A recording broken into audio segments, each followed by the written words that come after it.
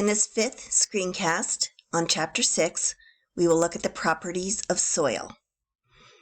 There are, 4 properties of soil: texture, porosity, cation exchange capacity, and biological capacity. So here we'll look at the first one, texture. The definition of texture is the percentage of sand, silt, and clay that the soil contains.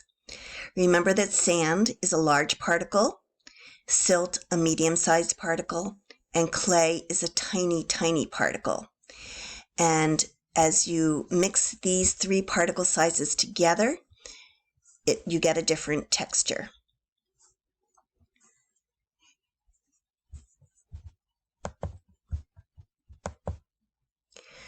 So here's a diagram where you can determine the soil's texture and what is ideal for different uses. It's a little complicated to follow this diagram, and I'm not expecting you to be able to do this on your own. I just want to walk you through it.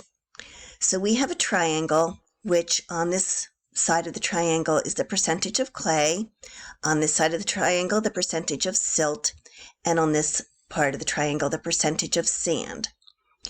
And what you do is identify you take a point on the graph and you see where it lines up with the lowest number. So for example, if I was to look at this point right here where the arrow is, and I could follow the line to clay by going this way and getting a 20% clay, or I could follow the line this way to get a 60%. But I take the lowest number. So following the line from that point, this particular material called loam consists of 20% clay. Now let's determine the percentage of silt. I could follow the line along this way and get 80%, but I could also follow the line along this way and get 40%, which is a lower number. So this loam consists of the 20% clay and 40% silt. Last is the percentage of sand. I could follow the line this way and get 60%, but I can follow the line this way to get a lower number, which is 40%. So this loam sample contains 40% sand, 40% silt, and 20% clay. Now, different soil textures support different uses, including farming, any type of agriculture. And loam is a particularly good substance for this. Some other uses, though, from other types of soil: clay, very tiny particle sizes, all compacts together. And that's useful because that can form a barrier that doesn't let water through. So throughout the earth, we'll have different mixtures of these textures. Okay, now we'll look at the second soil characteristic, and that's porosity. Porosity is how quickly the soil drains, and that is dependent on its texture. So you're very familiar with sand right here, right? So the ocean tide comes up high, the sand gets all wet, and then as the tide goes out, the sand quickly dries. So water can run through sand very quickly. Silt, that medium-sized particle, it takes a lot longer, but not forever, for the water to work its way through the medium-sized particles. And clay, being very tiny, tightly compacted size, it can take a very long time, such as 100 years, for a certain quantity of water to percolate through the clay. So we want to hopefully find a balance between the sand, the silt, or the clay, such that the water can move through not too quickly so the plants can't obtain the water, and not too slowly so that the water never gets into the soil. Okay, so that was texture and porosity. Now we're going to look at a chemical property of soil called cation exchange capacity. That's the ability of a soil to absorb, and release cations.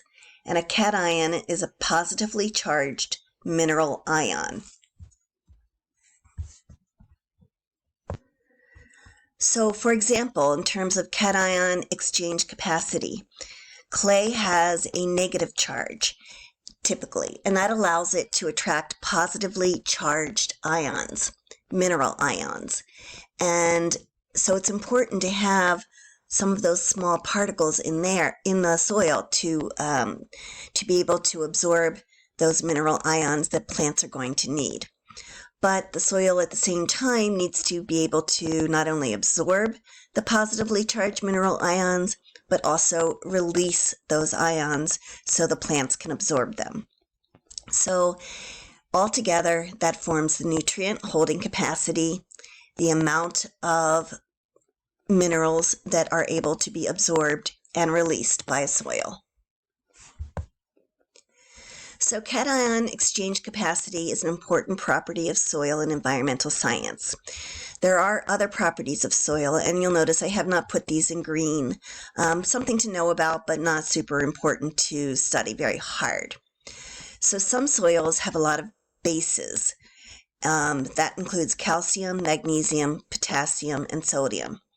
And that's useful to have in a soil because plants do not like acidic soils. So if you have bases in there, then acids that may be naturally occurring or added by human activity can be balanced by the bases that are present.